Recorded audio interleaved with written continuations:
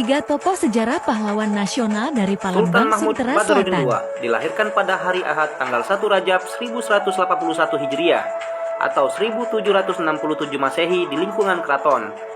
Ia adalah seorang pemimpin Kesultanan Palembang Darussalam selama 2 periode, yakni pada tahun 1803 sampai 1821. Ia memimpin setelah masa pemerintahan ayahnya Sultan Muhammad Bahauddin yang menjadi raja pada tahun 1776 sampai 1803. Semasa hidup beliau dikenal sebagai sosok pejuang yang menjaga bangsa terutama bumi Sriwijaya. Nama beliau sangat populer di Sumatera Selatan. Nama besar Sultan Mahmud Badarudin II diabadikan sebagai nama bandara internasional, nama jalan di beberapa wilayah kota Palembang, nama museum di kawasan wisata Benteng Kuto Besak yang berada di tengah jantung kota Palembang, serta mata uang rupiah pecahan 10 ribuan yang dikeluarkan oleh Bank Indonesia pada tanggal 20 Oktober 2005. Dalam masa pemerintahannya, ia berapa kali memimpin pertempuran melawan Inggris dan Belanda, di antaranya yang disebut dengan Perang Menteng. Ketika Belanda berhasil menguasai Palembang, Sultan Mahmud Badarudin II diasingkan ke Ternate sampai akhir hayatnya.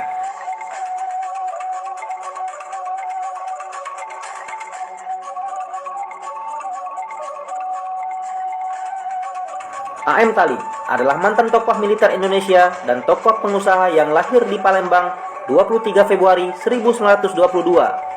A.M. Talib merupakan salah satu pejuang yang semasa hidupnya pernah menjadi seorang jurnalis atau wartawan dan seorang wirausaha. Selama meniti karir, A.M. Talib juga sempat menjadi kepala penerangan Gubernur Militer Sumatera Selatan sembari merangkap di Intel.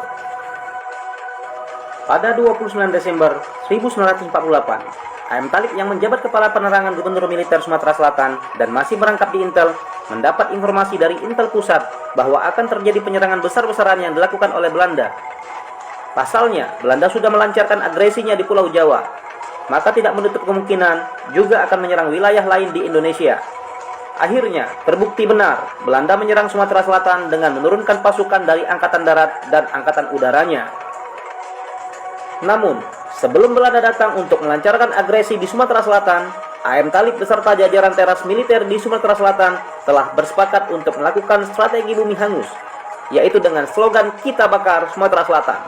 Artinya, semua fasilitas yang bisa digunakan oleh Belanda akan dihancurkan secara total, baik itu gedung-gedung, jalan raya, jembatan, bahkan kebun-kebun juga tidak luput di bumi hanguskan. Secara tidak langsung, perekonomian yang dikelola oleh kaum kapitalis juga sebagian dari sisa-sisa juragan Belanda menjadi kolaps dan gulung tikar. Sementara itu, Belanda akhirnya datang dan menyerang Sumatera Selatan dengan membabi buta. Namun, A.M. Talib dengan semua pejuang di sana tetap gigih berjuang melawan penjajah Belanda.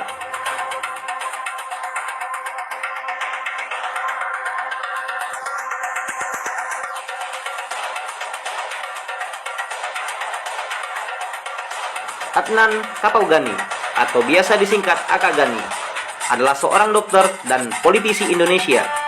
Beliau lahir di Palembayan, Agam, Sumatera Barat, Hindia Belanda pada 16 September 1905 dan meninggal di Palembang, Sumatera Selatan 23 Desember 1968 pada umur 63 tahun.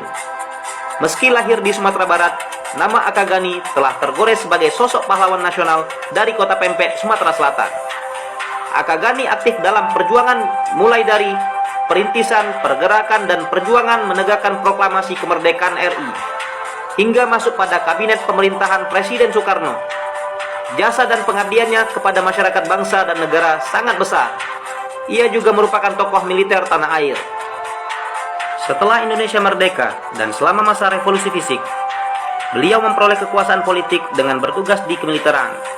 Kemudian tahun 1954, ia diangkat menjadi rektor Universitas Sriwijaya di Palembang. Ia tetap aktif dan tinggal di Sumsel hingga wafat 23 Desember 1968. Untuk mengenang jasa-jasanya, Presiden Susilo Bambang Yudhoyono memberikan gelar Pahlawan Nasional Indonesia kepada Akagani pada tanggal 9 November 2007.